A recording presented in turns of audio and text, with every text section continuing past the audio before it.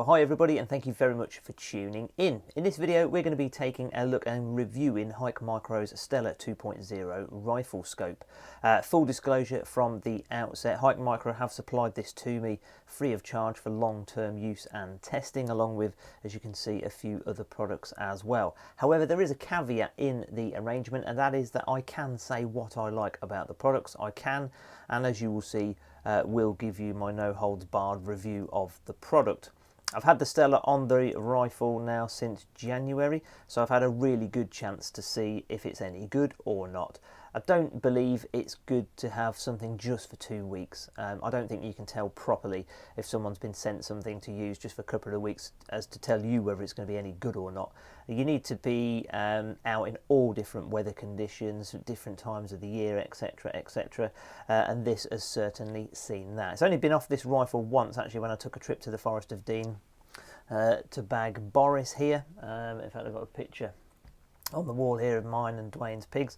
So I did use the Stellar on my friend's rifle, then put it back on this, and I've had plenty of trips out with it. I will have some dedicated content, quite a lot of foxing content coming up, filmed through the Stellar. There'll be plenty of scope footage for you to see what it actually looks like. It's not going to be a full-on technical review of all the technical babble. You can read that online, you know, if you're shopping around for one anyway. But what I am going to do is relate some of that to practical uses in the field, and that will become clear as we go through the video. So, the Stellar 2.0, well, it has some pretty big shoes to fill. I've said multiple times now that the original Stellar was the best all-round package thermal rifle scope that I've used, and I've used quite a lot. If you follow my content over the last few years, I've had multiple different thermal rifle scopes, and I would not take that Stellar off until something better came along. So I was very keen when they told me there was a Stellar 2.0 to give it a try. What we'll do is I'll start at the front of the scope and work our way back. I'll point out some of the key features, and then again I will also share with you a little later in the video my top tips for getting the most out of the scope. So we'll run through the anatomy, what practical uses they have actually in the field. I've got plenty of clips to show you scope footage and you know, the in-scope footage that you'll see, so you can see what it's actually like at close range and at distance. Again, when you see these fancy promo videos, most of them only ever show you you know, hogs and stuff like that at like 20 yards. Well, you know what, even a low grade thermal scope is going to look quite good at that distance. So there will be plenty of inserted clips of in-scope footage as well. It's not just going to be me waffling on. First and foremost, it shares the same 30mm chassis as the previous generation, and actually bears a lot of resemblance to the new 4K scope as well, with the redesigned buttons, turrets, etc. So let's have a closer look then at the scope. So starting from the very front, we have a redesigned lens cap, which actually folds all the way back and sits flush with the unit. On the first generation Stellar, I actually broke 2 of the lens caps because it would only bend back to around here. So when I laid it down in the Land Rover, these were snapping off. The other good thing is it very easily moves from one side of the rifle to the other. So if you're left or right-handed, you can still access the focus ring, which is the next thing back. The focus ring itself is loads smoother. No longer do you need breakaway coasters to go on the zoom rings or any other part of the rifle for that matter. The first generation of both the Alpex and the Stellar, the focus rings were really very stiff, but not the case here. Moving back from that, you have the turrets. So on the previous generation, the turret here was actually the cover for the USB port. That's now been moved further back on the rifle and has its own little cover here. So this is the charging port along with the data entry or the data port. So you can take videos from this and put them on your computer. You can also do that via the app. Incidentally, but the app's probably a whole new video all in itself. What I really like about this is there's a nice little dull red light. It shows up well in very low light conditions, but you've got a little red light in there, an LED indicator to let you know when it's charging, and then it goes off when the scope is full. There are 2 internal batteries, and the battery life on this, incidentally, talking about practical uses in the field, the battery life on this is phenomenal. I've never needed to put a battery in it yet. So there are 2 18650 batteries effectively within the tube of the scope, and that's enough for a good 10 hours worth of use. That's more than you're going to need. Okay, so and we'll come on to the battery in just a second. But this turret here is no longer, like I said, the USB-C. That's been moved back here. The top turret has changed. So on the previous generation, I think that was actually the battery that went in there, the little annoying CR123s that you can never find. But this turret here is now your menu select, so you can push the top to access the menu, push and hold it to exit the menu, and then as you scroll through the menu, you actually use the jog dial switch, or the jog dial turret, which has got some very positive clicks. Now, you can also then use that turret to zoom. The good thing about that being on the top is twofold actually. It has 2 practical reasons. The first of one is a bit like the lens cap being able to do this. It makes it fully ambidextrous, so if you're right or left-handed, you've got equal reach, and it's not awkward for either or. And then secondly, the other good point with it being there is when you want to zero the rifle, you've got a one-shot zero system on it. So when you want to zero the rifle, you have to pause the picture or freeze frame the picture so you can move the crosshair. It's much easier, especially if you've got the rear of the butt supported, to push down and not move the rifle at all, because at 100 yards, which is typical zeroing distance, any small movement on the rifle here is just magnified down range. So if you're pushing the old one, you had to push it from the side, and whenever I pushed it from the side, I always moved the crosshair off, so it would always freeze frame off target. It was really annoying. So it's a very small change, or is it actually? It's a very practical, good change. So I really like the fact that they've put the turret up there now. And then flipping the scope over on this side, that is your battery cap. So, and the one thing that is quite apparent is it feels really well machined. I think it's aircraft grade aluminium that they make these things out, or some form of alloy composite, but they're milled really well. It feels quite thick and chunky and solid. They're IPX rated as well, so I mean you can take it out in the rain, you can take it out in the fog, you can take it out in sort of dusty, dirty conditions, and it's not going to bother the scope. It's fully protected in all departments effectively. Moving back from the turrets, you have the button array, which has also changed and become more pragmatic.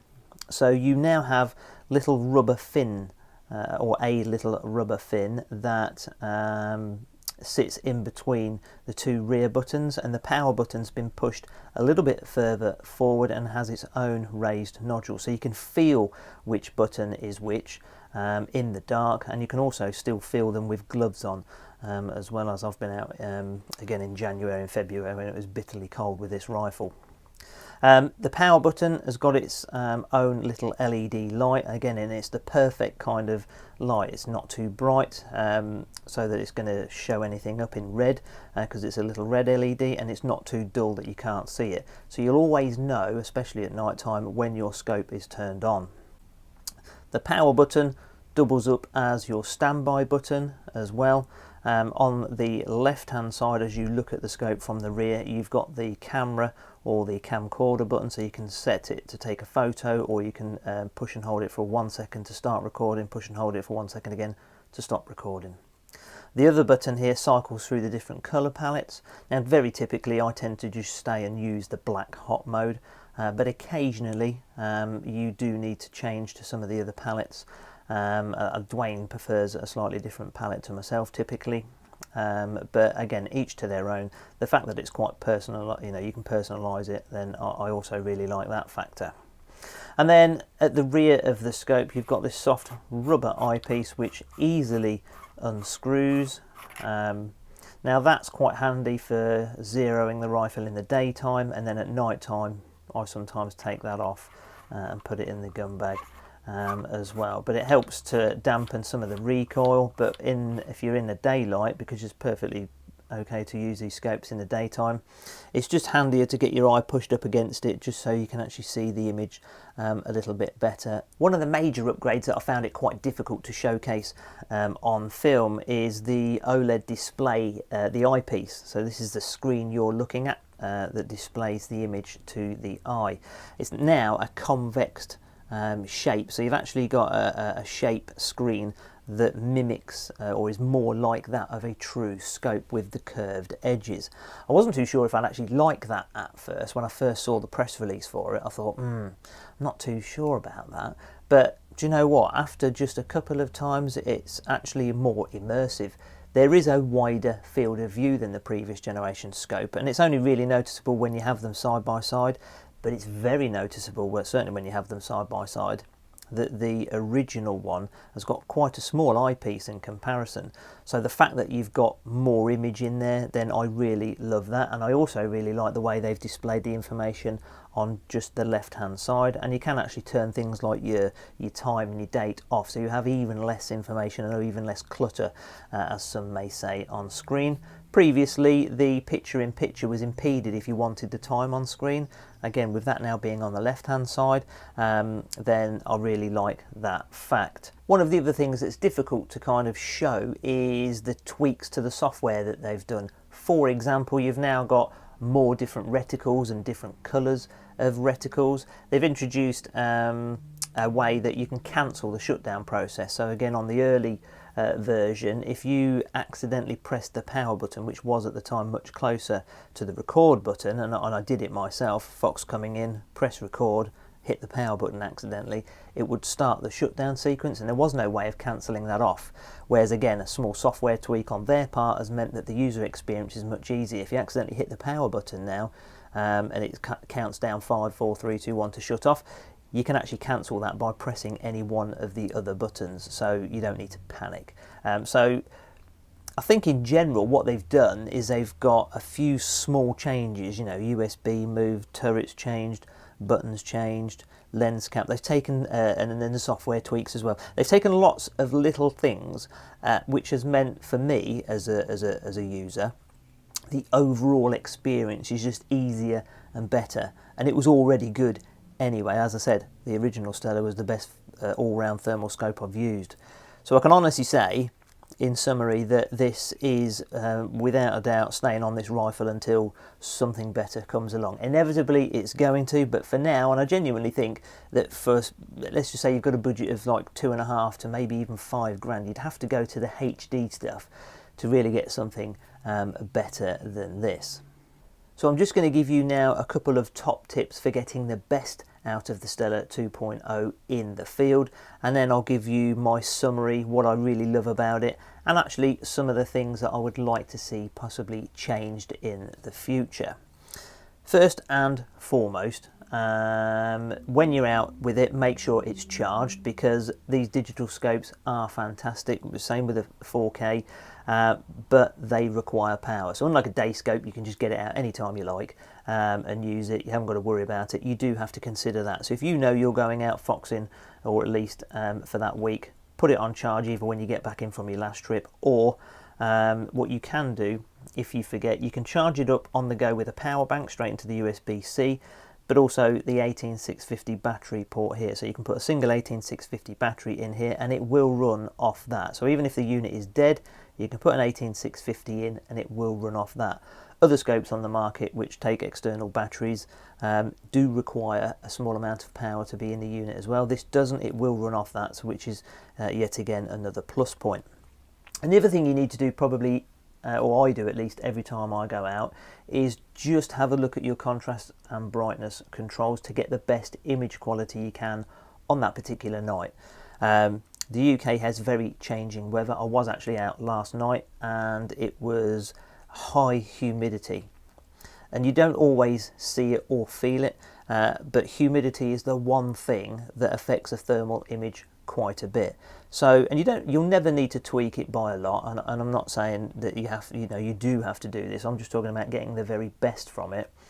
But you've got two menu systems. You push it and you've got the quick menu, which just has your contrast, brightness, and your picture-in-picture. You then got the other menu, which has got all your Wi-Fi settings, zero, and all that sort of stuff. But that first menu gives you your contrast and brightness. So before you start taking shots at anything, arrive at your destination, get the rifle out, turn the scope on, and just have a look at something, have a look at an area, maybe 100, 150 yards, kind of your shooting distance, and just up or down the contrast and brightness by 1 or 2, and just see what difference it makes. And I think you'll see there, that's the good way to get the sort of best image for that particular evening's conditions. My other top tip is just to have a lens cloth with you. Now, the Stellar does come supplied with one, but every now and then wipe the dust or any specks of mist or anything like that off the lens. Same with the rear eyepiece, unscrew the rubber cup, comes off nice and easy. Just give that a wipe round. In essence, this is a digital camera recording device, so the cleaner the lenses are, the better the image quality will be as well. It's quite a small one, but it can make a difference if you get some sort of blobs on screen and stuff like that. It may be because the sight picture's being affected by something. Last but not least, get some quality mounts and then try and get the scope as low to the barrel as possible. It will help with accuracy at longer ranges, but also taking into consideration your moderator. Now, I've got quite a thin moderator that goes on mine, but as you can see, there's not much room here, not much clearance between the bell of the scope and the barrel. But sitting your rifle scope nice and low on the rifle will make the whole process of zeroing a little easier, and it will improve accuracy at slightly longer ranges. So, my overall verdict on the Stellar 2.0. Is it perfect? No, but it's pretty bloody close. Is it better than the previous model? Yeah, definitely. As I mentioned, lots of small changes have made quite a big difference to the overall user experience. Certainly the image quality, the distance it will see, the length of time it will go for, its durability are all second to none. They're brilliant, without shadow of a doubt. A couple of things that I would complain about, for want of a better expression. So the microphone, it was pretty poor on the first generation. It's not a great deal better on this. It works, it serves a purpose, but it's not the best. The next one for me is the clicks. So whilst they are quite positive, I probably would like them a little quieter.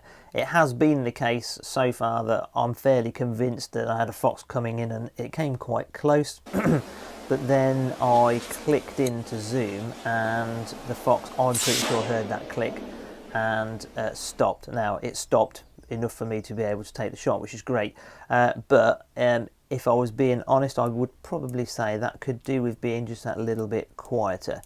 Ultimately, especially when you're foxing, you want covertness to be the main aim there, and any noise at all really in the field is not your friend. And then just two final small points that I would like to see refined. So the first one is, when you've powered the unit off and you turn it back on again, I would like to have everything as it was when you turned it off. For example, I like to take my shots with the picture-in-picture on, and I also like to take the shots with the picture-in-picture on, and specifically at 13.3 times zoom. I just think that's the perfect kind of range. It suits the ranges that I tend to shoot stuff at, and it suits how I do things. I like the picture-in-picture on because I like a nice wide field of view, just in case you get a runner or you can actually see another fox coming in. But then I always look at the picture-in-picture to take the shot because I just think it's more precise, especially on that crosshair which has the opposing pixels. So I'll insert a clip here to explain what I mean. But as you hold the crosshair on black hot setting, if you hold the crosshair over something which the crosshair is black, it turns white, and then vice versa if you've got it in white hot mode. That confirms that you're actually on target, so that's a really good thing. But when you turn the scope off and turn it back on again, you have to reactivate your picture in picture. I would like it to be on all of the time.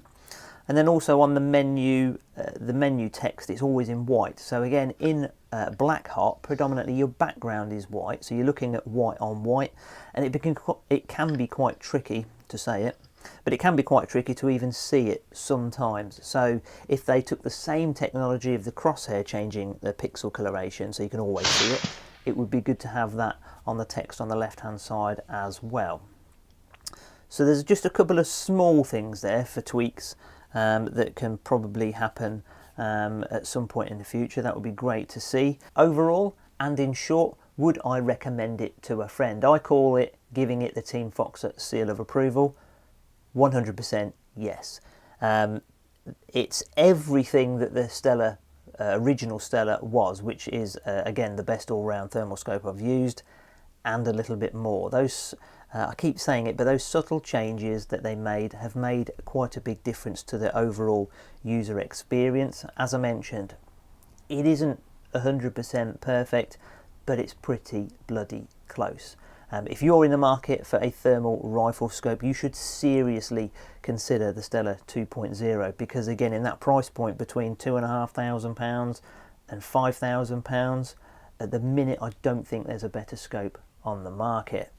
Some questions that I often get asked is, why hasn't it got a laser rangefinder? Well, if you want the exact same quality and functionality from the Stellar, but with the rangefinder, you've actually got the Panther.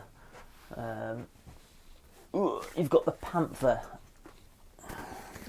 2.0, which does have the laser rangefinder and the ballistic calculator in it as well. But that is of the profile which kind of sits a bit higher up and back on the rifle. So, you know, what you get with one hand, you sort of lose with the other. Personally, I just prefer this all round. It goes in the gun bag, just like every other rifle with a low profile scope. It goes in the cabinet, so it's just more pragmatic, easier to use. It feels very natural when you're out in the field. Lovely smooth focus ring. It is almost a kind of set and forget, you know, so when you're out in the field, other than a tweak for the zoom and maybe the contrast and the brightness again, but you do that at the beginning of the evening, you can take it out, turn it on and go. The way it comes off of standby, uber quick. You know, you just literally dab the button and it comes straight off of standby. It lasts all night, unlike some of us, so it's just a really good tool to have, and it will be staying on my Foxin rifle and going out into the harvest until something better comes along. Well, there you go. That's my honest and frank review of the Stellar 2.0. If you liked this review video, then do please leave me a comment in the section below, and I thank you for that. But for now, take care, stay safe, and as always, happy shooting.